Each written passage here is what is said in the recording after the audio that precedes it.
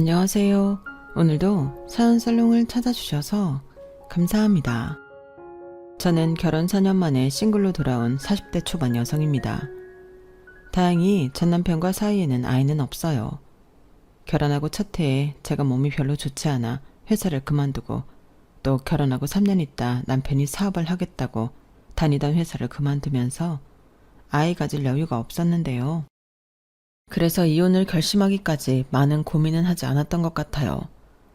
설령 아이가 있었다 하더라도 결과는 달라지지 않았을 것 같긴 한데 그만큼 누구나 제 사연을 들으면 4년이나 어떻게 참고 살았냐고 저더러 참을성이 많다고 감탄하세요.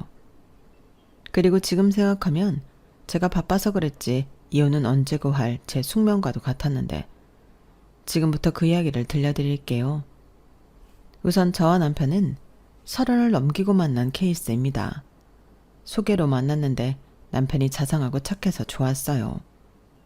제가 원래 나쁜 남자보다는 착한 남자를 좋아하는 편인데 여기서 착하다는 건 결코 우유부단하고 거절을 못해 손해보는 그런 남자를 말하는 건 아니에요. 그렇다 보니 주변에서 착한 남자를 좋아하는 제가 너무 까다롭다는 말까지 들었었는데 그래도 자기밖에 모르는 이기적인 남자랑은 만나고 싶지 않았죠. 그런 사람을 만나면서 시간을 버릴 바에는 그냥 혼자 즐겁고 행복하게 싱글 라이프를 즐기는 게 낫다고 생각했는데요. 그러다 기대 없이 나간 자리에서 남편을 만나게 된 거였어요. 그리고 몇 마디 나눌 동안은 저 사람이 착한지 나쁜지 알지 못했는데 시간이 지나면서 천성이 착한 사람이라는 걸 알게 되었죠. 일단 아들인데도 떨어져 지내는 부모님에게 잘하려 노력했고 손해는 보지 않으면서 배려와 친절은 몸에 배어 있었는데 순간 이 사람이구나 싶더라고요. 게다가 본격적으로 만나기 전인데도 남편은 저에게 무척이나 친절하고 항상 매너 좋게 배려를 해줬는데 그런 게 너무 자연스럽게 배어 있는 사람이라 호감이 가고 좋았어요. 남편 역시 제 성격이 시원시원하고 호불호가 분명히 알기 쉽다며 좋아했는데 남편이 30이 넘어서도 여자친구가 없던 이유가 여자들이 하는 말을 이해할 수 없었기 때문이라고 했어요. 왜 가끔 싫은데 좋다고 하는 사람 있잖아요. 그 반대도 많고. 저는 정말 그런 게 너무 어려운 사람이에요. 그런 건 눈치껏 알아야 한다고 하는데 맨날 시험을 치르는 기분이랄까? 이게 맞나? 이렇게 하면 되나? 이런 생각을 하면서 사람을 만나기가 싫더라고요. 그런데 신영 씨는 그런 게 없는 것 같아 너무 편하고 좋은 것 같아요. 그냥 대놓고 딱딱 얘기해 주니까 제가 고민할 필요도 없고요. 아, 그러시구나.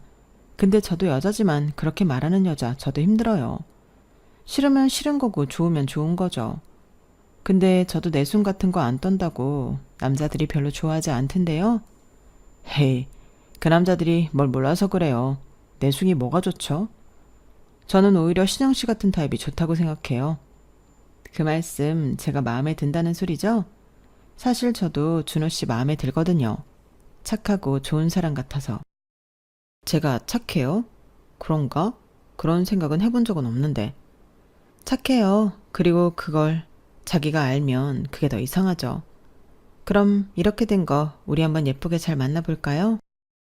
좋아요. 보통 이런 말은 남자인 제가 먼저 해야 하는데 뭔가 바뀐 것 같아서 쑥스럽네요. 누가 먼저 하면 어때요? 이미 서로 마음도 알았는데 잘 만나면 되죠. 네, 우리 진짜 오래오래 함께해요. 제가 시영씨 많이 웃고 행복하게 해드릴게요. 저희는 이렇게 조금은 심플하게 시작했어요.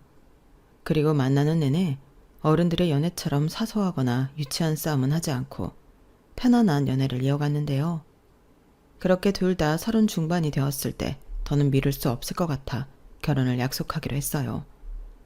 그리고 남편이 살던 월세 보증금과 제가 살던 전세 보증금을 합쳐 저희는 1억 8천짜리 빌라 전세를 얻어 신혼 살림을 차렸고 남은 돈으로 혼수하고 결혼식 준비를 했어요.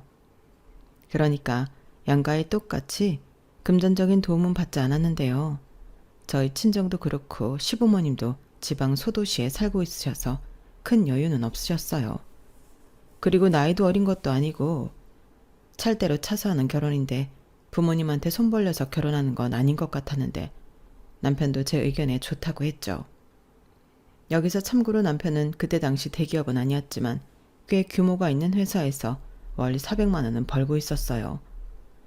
그에 반면 저는 이거저거 다 합쳐 월 300 정도는 벌었지만 기본급만 따지면 200만 원이 조금 넘을 뿐이었는데 그래도 둘이 합쳐 월 5, 600만 원을 버는 거니 저는 제가 열심히 저축하고 모으면 대출 조금 껴서 집도 사고 아이도 낳고 남들처럼 평범하게 잘 살 수 있을 거라고 믿어 의심치 않았어요. 하지만 모든 위기는 갑자기 닥친다고 제가 결혼하고 몇 달 지나지 않아 건강에 적신호가 켜졌는데 제가 평소에도 위가 별로 좋지 않았거든요. 워낙에 예민한 성격 탓에 조금만 신경 쓰면 곧장 요통으로 이어지곤 했었는데 그때는 거의 일상생활이 불가능할 정도로 힘들었어요. 오죽하면 갑자기 살이 10kg 넘게 빠지게 되었는데요. 그리하여 불가피하지만 회사를 그만두게 되었어요. 제가 위암 1기였거든요. 다행이라고 한다면 아주 극초반이라 바로 수술을 한다면 암세포를 모두 제거할 수 있다고 병원에서 말했는데 그래서 저와 남편은 곧장 수술 날짜를 잡았어요. 그때는 저도 그렇지만 남편도 많이 놀라서 충격을 받았거든요. 하지만 저는 친정이나 시댁에는 이런 사실을 말하고 싶지 않았는데 그 이유는 남편처럼 양가 부모님이 충격을 받고 걱정하실 것 같았기 때문이었죠. 또한 수술만 하면 괜찮다는 의사 선생님 말에 더욱 부모님 모르게 수술을 하고 싶었는데요. 이럴 때 법적인 보호자인 남편이 있어서 다행이라는 생각까지 들었죠. 그렇게 저는 최대한 빠른 시일에 수술을 받았어요. 다행히 회복도 빨랐고 병원에도 그다지 오래 있지는 않고 집으로 돌아올 수 있었는데 여기서 문제는 제가 암수술을 받았다는 사실을 모르는 시어머니가 제가 시집 온 지 얼마 되지도 않았는데 회사를 그만뒀다는 사실에 불만이 많으셨다는 거였어요. 당연히 제 사정을 모르면 오해하실 수도 있는 일이지만 남편이 애둘러서 와이프 건강이 좋지 않아 그렇게 됐다고 재차 말씀을 드렸는데 시어머니는 젊은 게 아프긴 뭐가 아파. 그리고 얼마나 아프면 회사까지 그만둬. 뭐 죽을 병이라도 걸렸다냐? 이렇게 말씀하시면서 저를 아주 괘씸하게 여기셨어요. 그러자 남편은 식은땀까지 흘려가며 엄마도 참 사람이 아파서 쉬는데 그런 말이 어딨어. 죽을 병이라니. 그런 말 함부로 하지 마. 내가 아파서 회사 그만둔다고 해도 엄마 그렇게 말할 거야? 이렇게 제 편을 들기도 했는데 시어머니는 아들의 말에도 굴하지 않으셨어요. 심지어 아유 네가 아주 네 마누라 편든다고 용 쓴다. 아직 그 나이만 창창할 때야. 뭐가 얼마나 아프다고 회사까지 관둬. 내가 좀 쉬는 거라고 하면 말도 안 해. 근데 아예 그만뒀다며. 그건 좀 이상하지. 아무리 생각해도 걔 일부러 그러는 것 같다. 네 등에 빨대 꽂고 편하게 살려고 그러는 거야. 라고 하시며 제가 일하기 싫어서 당신 아들과 결혼했다고 생각하셨는데 남편이 그 말에 펄쩍 뛰더군요. 결국 남편은 엄마 진짜 그럴 거야? 신영이 그런 여자 아니야. 지금 살도 얼마나 많이 빠졌는지 알아? 사실 신영이가 말하지 말라고 했는데 신영이 암이었어. 이렇게 제 병에 대해서 시어머니에게 알렸어요. 나중에 남편이 미안하다고 하긴 했는데 오죽 자기도 답답했으면 그랬을까. 저는 잘했다고 했죠. 솔직히 병을 숨기는 건 시어머니도 걱정을 하실 것 같아서 그런 건데 이렇게 도리어 꾀병이나 부리는 사람으로 몰릴 바에는 사실대로 이야기하는 게 낫겠다고 생각했어요. 하지만 그것도 어디까지나 제 착각이었는데 시어머니는 정말로 걱정을 많이 하셨죠. 근데 그게 제 걱정은 아니었어요. 암도 유전이라고 하던데 개크로다 애 낳으면 우리 핏줄도 암 걸리는 거 아니냐? 이렇게 아직 생기지도 않은 당신 핏줄 걱정을 하셨는데 저러는 것 보면 시어머니는 결코 친정 엄마가 될 수 없다는 걸 뼈저리게 실감하게 되더라고요. 그리고 저는 몸도 아직 완전히 회복하지 못한 가운데 심적으로도 힘들었고 그렇게 몸과 마음이 모두 불편하니 정말이지 죽을 맛이었어요. 그런데 무슨 확인 사살이라도 하고 싶으셨는지 시어머니는 본인 눈으로 직접 확인해야겠다는 듯 저희 집에 올라오셨는데요. 그 얘기를 들었을 때는 다시 제 발로 병원에 입원하고 싶은 심정이었죠. 그리고 그렇게 제 몸 상태까지 모두 확인한 시어머니는 걱정은커녕 젊은이가 너는 왜 그러니? 몸 관리를 어떻게 했길래 그 나이에 암에 걸려? 라고 저를 꾸짖듯 말씀하셨는데요. 이건 뭐 걱정인 건지 제 탓을 하시는 건지 가뜩이나 힘든 저에게 눈치까지 주시는 시어머니셨어요. 또 아픈 며느리가 당신 아들 굶기는 거 아니냐고 걱정이 이만저만이 아니셨는데 그날부터 3일 내내 시어머니는 남편 먹일 반찬만 잔뜩 만들어 놓고 댁으로 내려가셨죠. 그때도 참 서럽고 황당했는데 시어머니는 가시던 날까지도 저에게 그러셨어요. 근데 너 퇴직금은 받았지?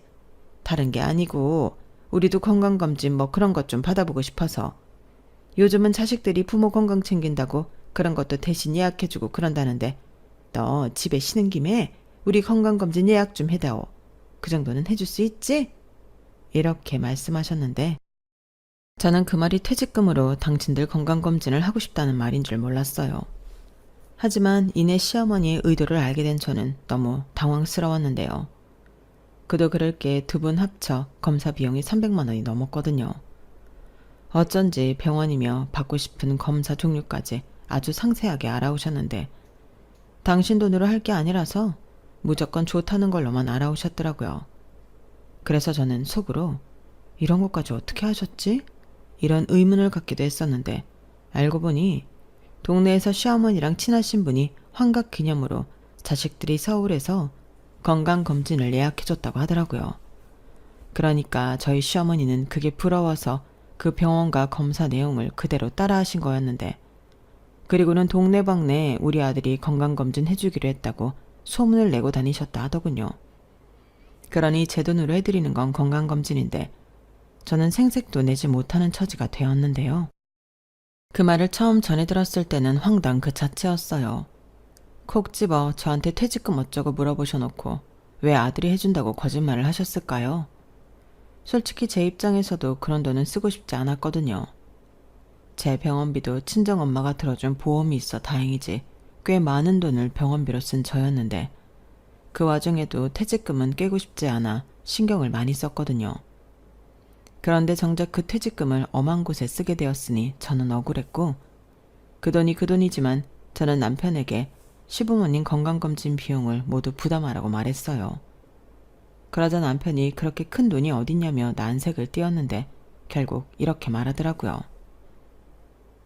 진짜 미안한데 일단 자기 퇴직금으로 우리 엄마 아빠 건강검진 해드리고 내가 매달 그 돈을 메꿔주면 어때? 한 달에 30만 원씩 갚으면 1년이면 되잖아. 사실 타이밍이 좀 그렇긴 한데 이번에 자기 아프고 나서 나도 겁이 많아졌거든. 이참에 우리 엄마 아빠도 장인 장모님도 건강검진 해드리면 좋겠다고 생각은 하고 있었는데 비용 문제 때문에 말을 못했지. 그러니까 우리 너무 나쁘게만 생각하지 말고 올해는 우리 엄마 아빠 건강검진하고 내년에는 장인 장모님 건강검진 해드리자.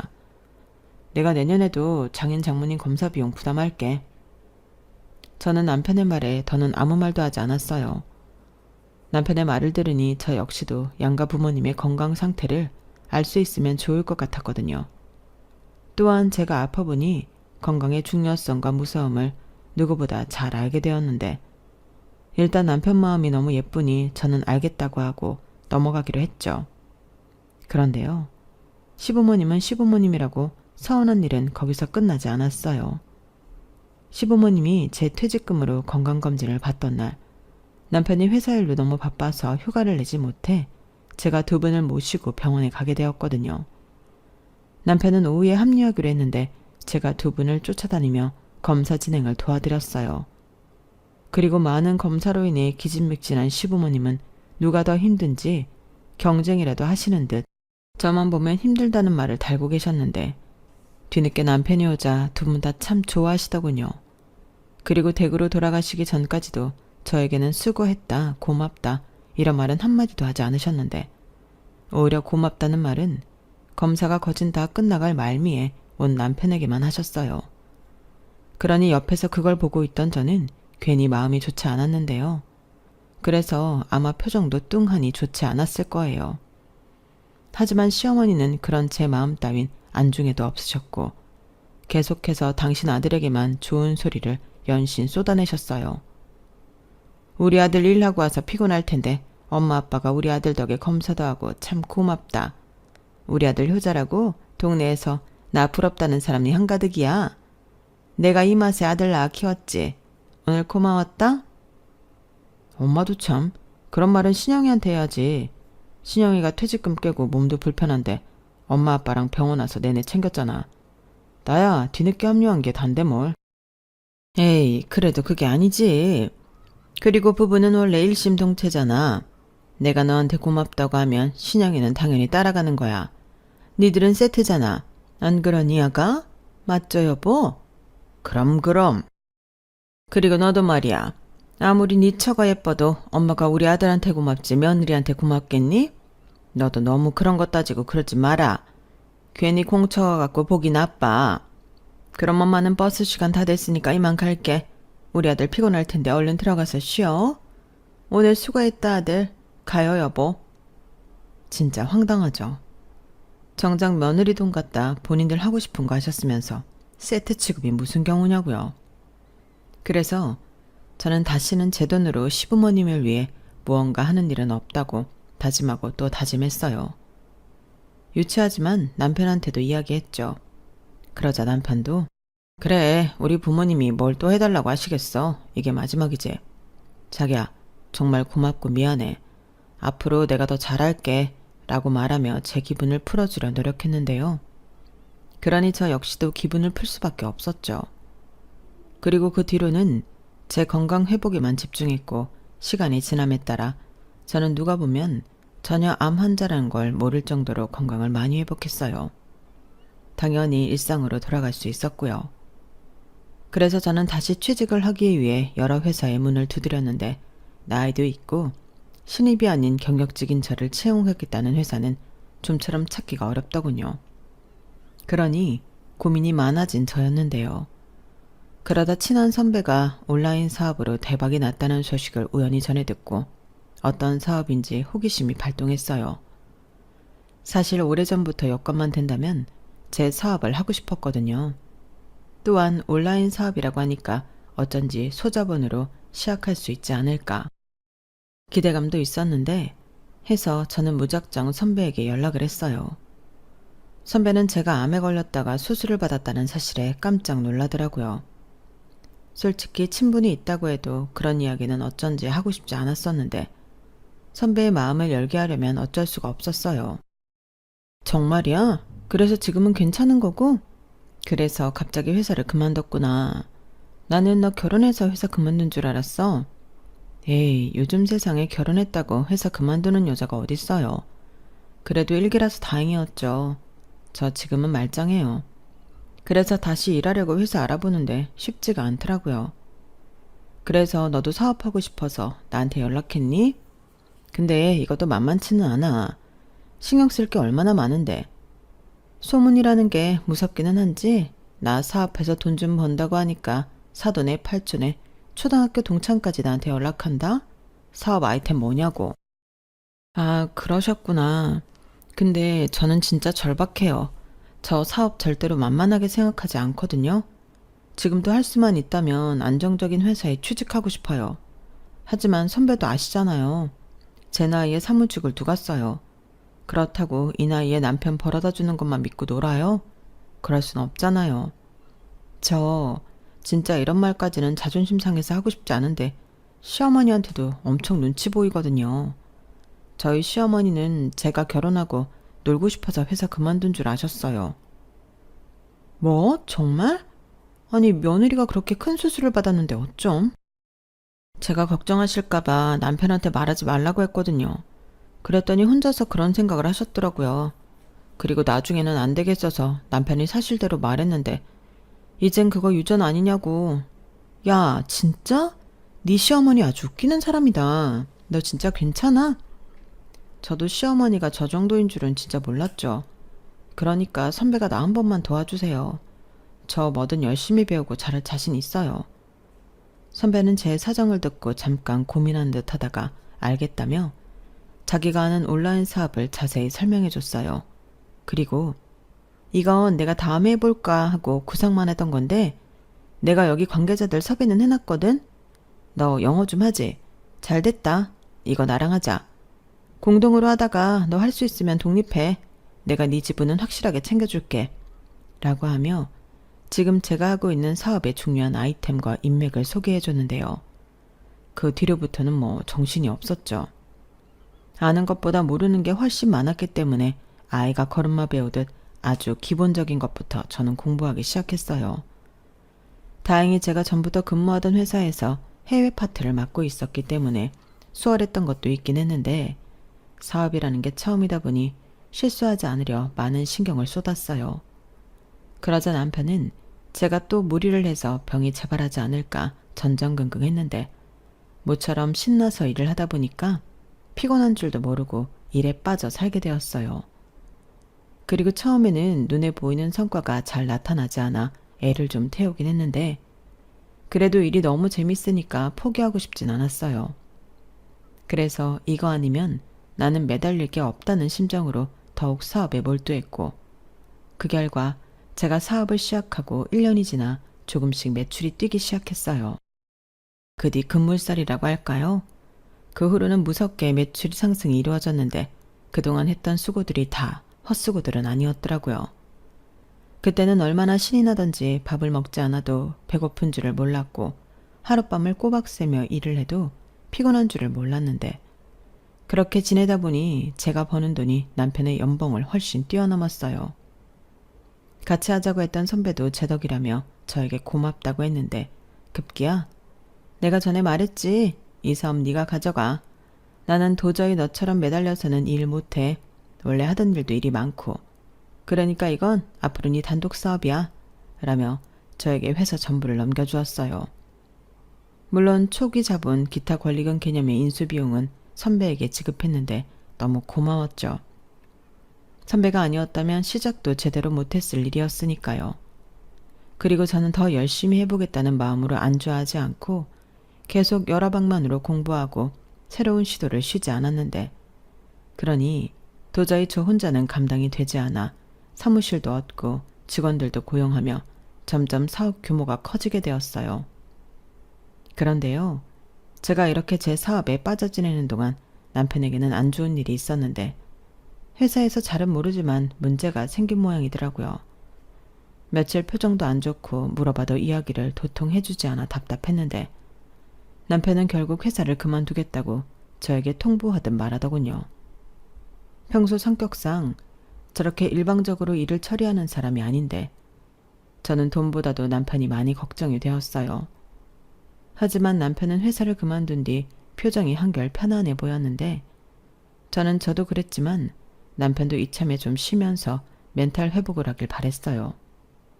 물론 남편이 그 뒤로 계속 백수로 눌러 앉을 거라는 생각은 하지 못했는데 그때 당시는 상처받고 회사까지 간둔 남편을 많이 위로해주고 싶었죠.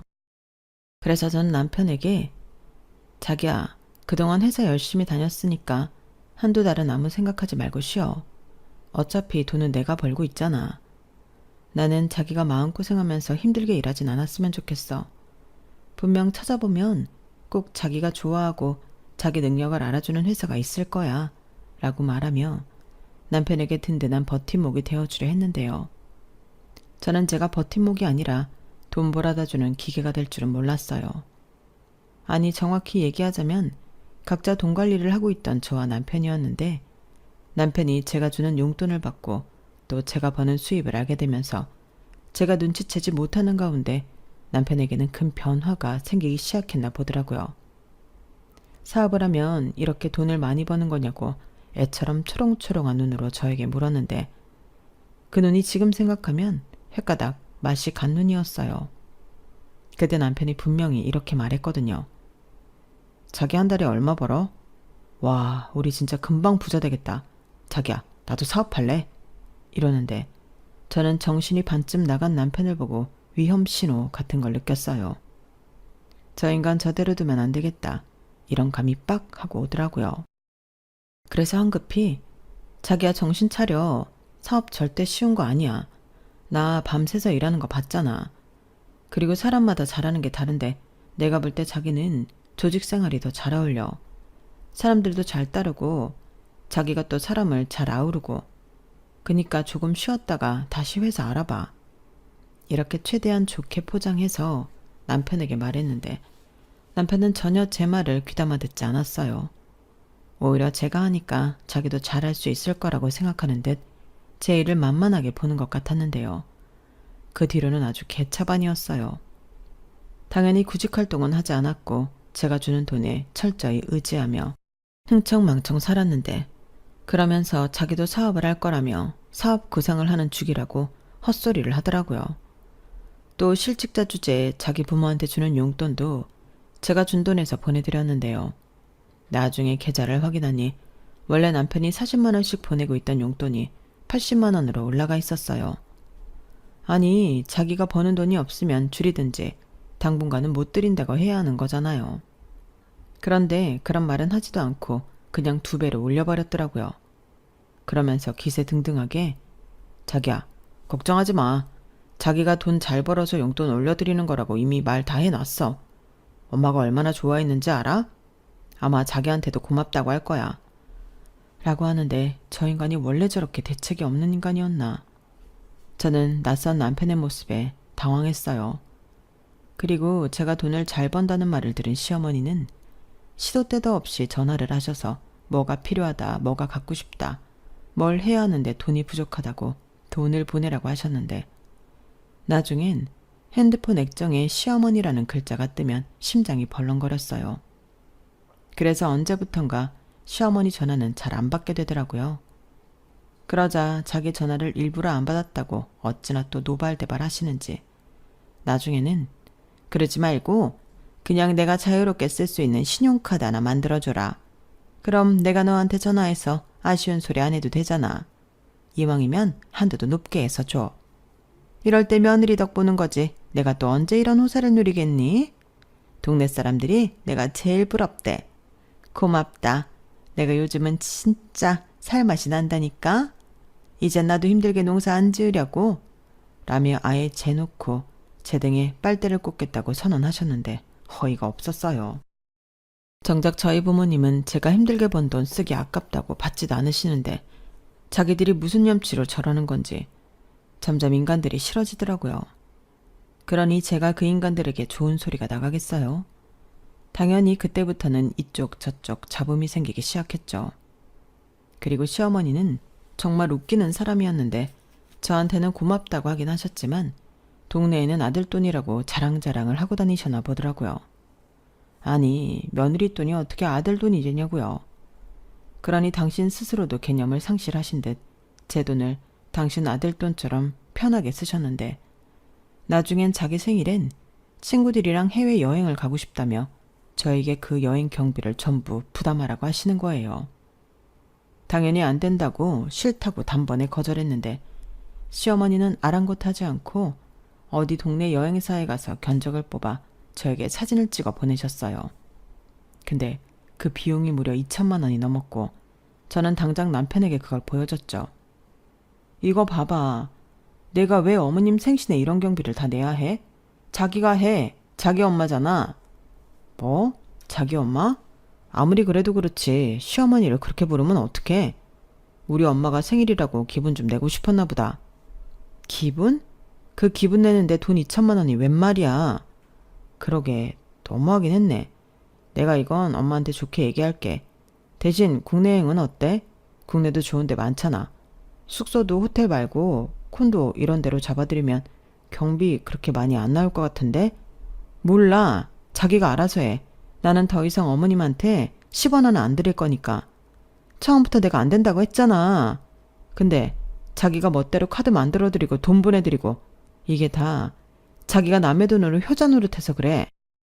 뭐라고? 말이 좀 심하다. 남의 돈? 우리 부부잖아. 설마 치사하게 네 돈 내 돈 따지는 거야? 나 자기 암 걸렸을 때 자기한테 그런 말 한 적 없어. 그때도 자기 돈 한 푼 못 벌어서 내가 주는 생활비를 의지하고 살았잖아. 퇴직금 깨진다고 얼마나 나한테 뭐라고 했어? 그것도 내가 다 메꿔주고. 그래, 그랬지. 그래서 여태 아무 말 안 한 거야. 근데 언제까지 지금 자기 회사 그만두고 시간이 얼마나 흘렀는지 알아? 도대체 자기 뭐 하는데? 취직 안 해? 말했지. 나 이제 회사 안 다닌다고. 나도 자기처럼 사업할 거야. 그래야 내 부모도 내가 챙기지. 그놈의 사업 타령. 사업은 뭐 아무나 하는 줄 알아? 지금 나 무시하는 거야? 자기도 하는데 나는 못할 것 같아? 두고 봐. 내 사업이 자기 사업보다 훨씬 돈 잘 벌 테니까. 저는 남편의 위험천만한 말에 심장이 쿵 하고 내려앉는 것 같았어요. 허파에 바람이 잔뜩 들어간 것이 분명했는데 시어머니도 남편에게 제가 여행 경비 못 준다는 말을 들었는지 업무가 되지 않을 정도로 연신 전화를 거셨어요. 그래서 어쩔 수 없이 받았는데 다짜고짜 야, 너는 니네 부모가 여행 보내달라고 해도 이렇게 할 거야? 아니 그깟 2천만 원이 없어서 시애미를 쪽팔리게 만들어? 너 당장 내 여행 경비 현금으로 붙여라. 이러시는데 저는 이대로는 도저히 안 될 것 같아서 저도 하고 싶은 말을 전부 다 쏟아내기 시작했어요. 어머니, 작작하세요. 저는 뭐 어디 돈 나오는 방망이라도 가지고 있는 줄 아세요? 저도 힘들게 버는 돈이에요. 어머니 아들한테 달라고 하세요. 저한테 그러지 마시고. 시어머니는 제 말에 화가 잔뜩 나셨는지 소리를 빽 지르셨어요. 그래서 곧장 전화를 끊고 번호도 차단해버렸는데 여기저기 전화를 빌려가며 저에게 계속 전화를 하시더라고요. 그리고는 제가 돈 좀 번다고 유세를 떤다며 제가 너무 기가 세서 남편이 저러고 주눅 들고 사는 거라고 헛소리를 연신하셨는데 저는 아랑곳하지 않고 지금까지 어머니가 쓴 돈을 계산해서 청구하겠다고 했어요.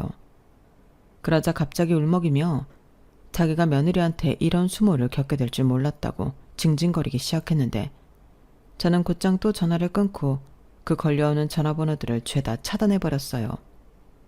그러자 비로소 평화가 찾아왔는데 시어머니는 저랑 통화가 되지 않으니 남편에게 전화를 걸어 신세한탄을 하셨나 봐요. 자기야, 엄마한테 전화가 왔는데 자기가 정말 우리 엄마한테 그동안 받아간 거 다 토해내라고 했어? 하도 돈돈돈 거리시길래 그동안 가져간 돈이 얼마인지 아시라고 그렇게 계산해서 청구한다고 했어. 아유, 왜 그랬어? 우리 엄마가 심한 건 인정하는데 그래도 좀 말이라도 좋게 하지. 자기가 잘못했다고 먼저 사과하면 안 돼? 그래도 시어머니고 가족이잖아. 가족? 이게 가족이야? 나는 어머니가 나를 가족이라고 생각하지 않는 것 같은데 사과하기 싫어. 오히려 사과는 내가 받아야지. 그리고 따지고 보면 이게 다 자기 때문 아니야? 자기도 책임감을 좀 느껴야지. 취직을 하든 정말 사업을 하든 이젠 자기도 자기 앞가림을 좀 했으면 좋겠어. 그래야 어머니도 나한테 말고 자기한테 돈 얘기하실 거잖아. 나 진짜 너무 힘들어. 일이 힘든 게 아니라 이런 게 너무 힘들어. 진짜 너무하네. 그래, 알았다. 자기 마음 잘 알았어. 남편은 그 뒤로 저에게 완전히 등을 돌린 사람처럼 한마디도 하지 않았어요.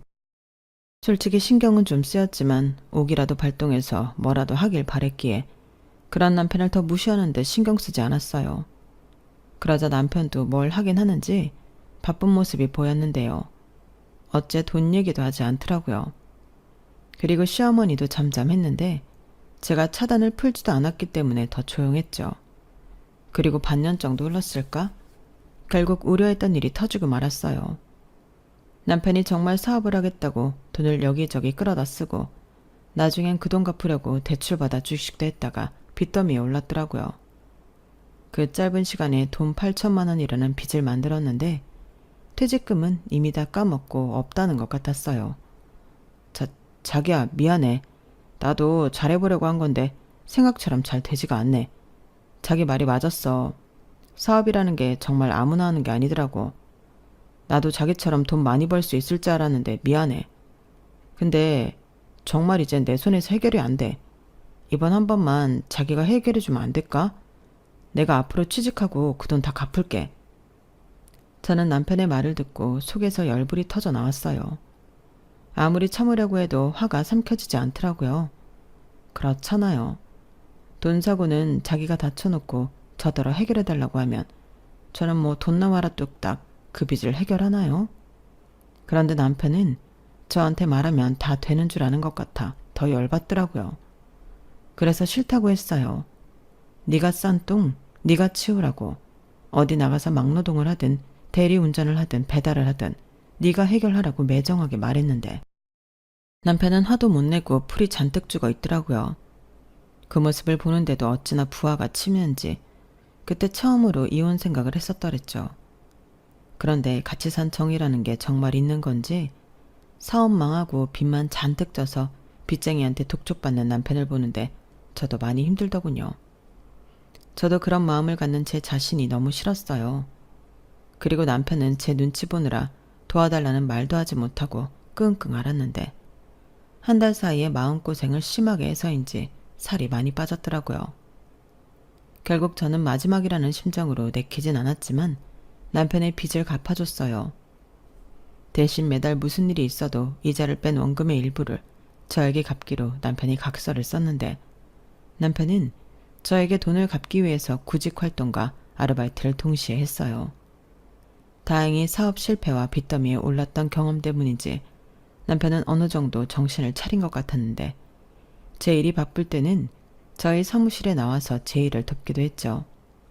그리고 저는 남편에게 체크카드 한 장 주고 생활비로 쓰라고 했는데 제가 그때 정말 일복이 터져서 엄청 바빴거든요. 그래서 아직 취직 전인 남편에게 집안 살림을 맡겼는데 시어머니가 그 사실을 아시고는 또다시 난리가 났더라고요.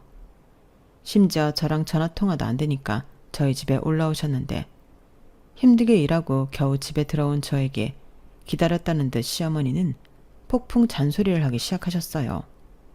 너는 말이다. 아무리 돈 좀 번다고 해도 그렇지 집안 꼴이 이게 뭐니? 아무리 네가 사업하고 돈을 벌어도 주부잖아. 그럼 집을 이따위로 해놓고 살면 안 되지. 어머니 죄송한데요. 제가 요즘은 집에 오면 잠만 자고 바로 나가요. 오히려 집에 있는 시간은 어머니 아들이 더 많은데 그런 잔소리는 저 말고 어머니 아들한테 하시면 안 될까요? 지금 주부는 제가 아니라 어머니 아들이거든요. 뭐야? 네가 그러니까 내 아들이 기도 못 펴고 사업도 말아먹은 거야. 남자가 기가 살아야 하는데 네가 내 아들 기까지 다 잡아먹고 있으니까 얘가 되는 일이 없는 거라고. 우리 아들 너 만나기 전엔 안 그랬다? 운도 얼마나 좋았다고. 엄마 그만해. 집이 뭐가 어때서 그래. 지난번이랑 똑같은데. 신영이 피곤한데 괜한 트집 잡지 말고 엄마도 방에 들어가 자. 너도 좀 가만히 있어. 네가 이러니까 얘가 더 너를 무시하는 거야. 넌 네 마누라한테 무시당해서 좋니? 엄마라도 나서서 너 기를 살려줘야지. 그런다고 기가 살아? 오히려 역효과 나는 거니까 엄마는 좀 빠져 있어. 잘 알지도 못하면서. 어머니 보셨죠? 저희는 나름 서로 합의하고 잘 살고 있어요. 그러니까 괜한 이간질 시키지 마시고 저 좀 들어가서 잘게요. 진짜 너무 피곤하거든요. 저는 사실 그때 이미 비몽사몽이라 시어머니 반응 따윈 확인도 하지 않고 안방으로 들어와 겨우 세수만 하고 침대에 쓰러져 잠이 들었어요. 그리고 알람 소리에 일어나 출근 준비를 하는데 시어머니가 할 말이 있다고 앉으라며 저를 붙드셨어요. 그러고 보니 남편은 면접이 있다고 나갔다는 것 같은데 시어머니 입장에서는 며느리 편드는 아들도 없겠다.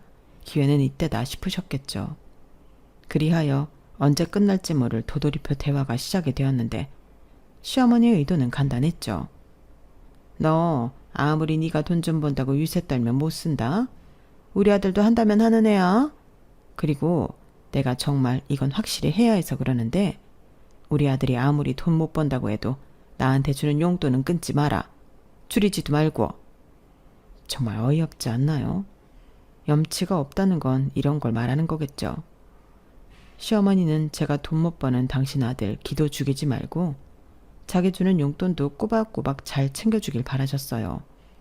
아니 이건 뭐 칼만 안 들었지 돈 내놓으라고 협박하는 강도나 다름이 없었는데 저는 어머니 용돈은 어머니 아들이 어떻게든 드릴 거라고 여유만만하게 말씀드렸어요. 그러자 시어머니 얼굴은 또다시 울그락불그락 변하셨는데 저는 거기에 대고 남편 빚도 내가 대신 갚아서 돈이 없다고 쐐기를 박아버렸어요. 그러자 시어머니는 목이 탔는지 냉장고에서 냉수를 꺼내 벌컥벌컥 들이키셨는데 저는 바빠서 그 사이에 냉큼 집을 나와버렸어요.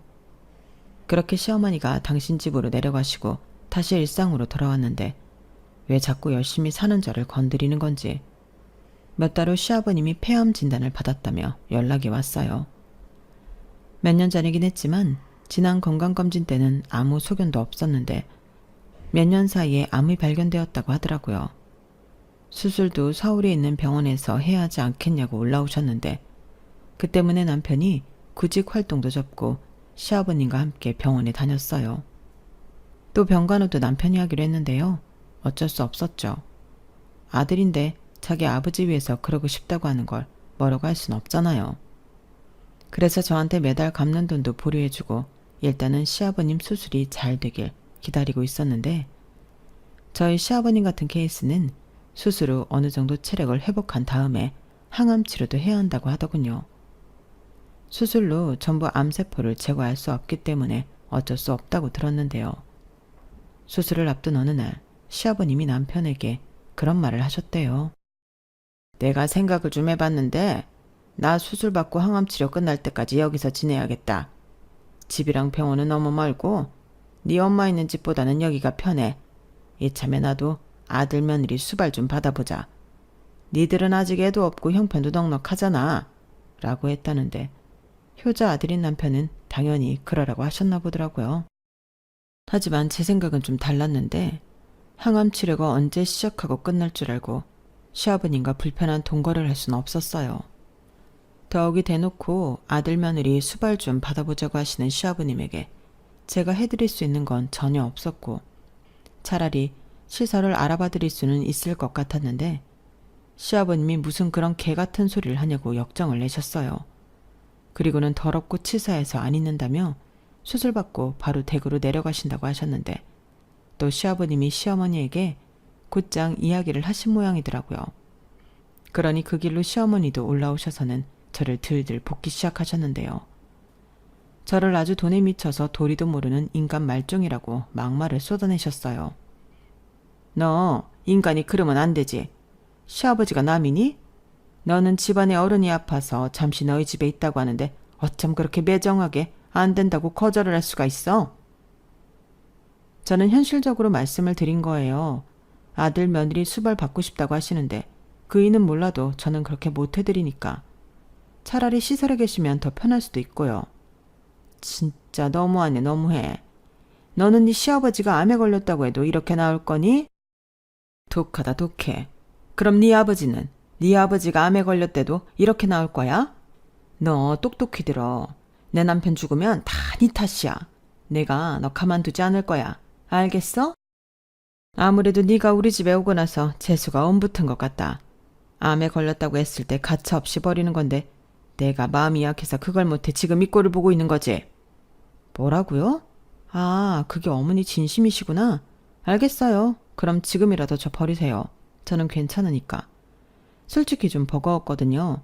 그래도 착한 남편 하나 보고 여태 참았는데 더는 못하겠네요. 착하면 뭐하나요? 능력도 없는데. 제가 어머니 아들비 갚아준 거 아시죠? 저 그 돈부터 청구해서 받아야겠어요. 어디 그뿐인가요? 어머님이 저한테 뜯어간 그 돈들도 다 받아야죠. 그럼 서로 이야기 잘 된 줄 알고 남편이랑 빨리 헤어질게요. 그럼 어머님도 너무 좋겠죠? 저는 시어머니의 말에 옳았구나 잘됐다 생각하고 바로 내질렀어요. 솔직히 남편 빚 갚아주고 이혼 생각을 완전히 떨쳐내지 못했거든요. 그래도 남편이 정신 차리고 예전으로 돌아간다면 희망이 있지 않을까 생각했는데 희망은 오히려 다른 곳에서 없다는 걸 다시금 깨달았어요. 저 시부모라는 인간들은 아마도 죽을 때까지 저 나쁜 버릇을 못 고칠 것 같았거든요. 그리고 효자 아들인 남편 때문에 저까지 피보는 날이 분명 있을 것만 같았는데 저는 기회가 있을 때 얼른 도망치는 게 상책이라고 판단했어요. 그리고 남편은 자기도 모르게 이혼하게 생겼으니 자기 부모한테 따지던 난리가 났는데요. 당연하죠. 저랑 이혼하면 자기는 지금 완전 빌털털인데 제가 대신 빚 갚아준 것도 그냥 넘어가지 않을 거니까 남편은 최대한 이혼만큼은 물러야겠다고 필사적이었어요. 하지만 제 마음은 이미 건널 수 없는 강을 건너버렸고 같이 살던 빌라 보증금 중에 제 돈이 많은 점과 남편 빚 갚아준 돈이 있으니 저는 이 집에서 그들을 내쫓기로 마음을 먹었어요. 무릎도 꿇고 빌기까지 하는데 저는 그 꼴이 보기 싫고 시부모님은 애가 끓고 난장판이 따로 없었죠. 그러자 시어머니는 그제야 사태 파악이 됐는지 안방 문 앞에서 미안하다고 사과를 하셨는데 저는 아무런 반응을 하지 않았어요. 오히려 저들을 내쫓든 내가 나가든 일단 저들과 떨어져 있어야겠다는 생각뿐이었는데 저는 남편에게 최대한 빨리 합의 이혼을 하자고 말했어요. 그러자 남편은 당연히 싫다고 했는데 제가 좀 성격이 극단적이라 합의 이혼하지 않으면 니네 엄마가 지금까지 나한테 했던 거 경찰에 고발하겠다고 했어요. 일 못하게 전화로 방해한 것부터 막말로 사람 모욕 준 것까지 전부 엮을 수 있는 건 죄다 엮어 이혼할 때 위자료도 다 챙길 거라고 했는데 그러자 남편은 협의 이혼 서류에 도장을 찍었어요.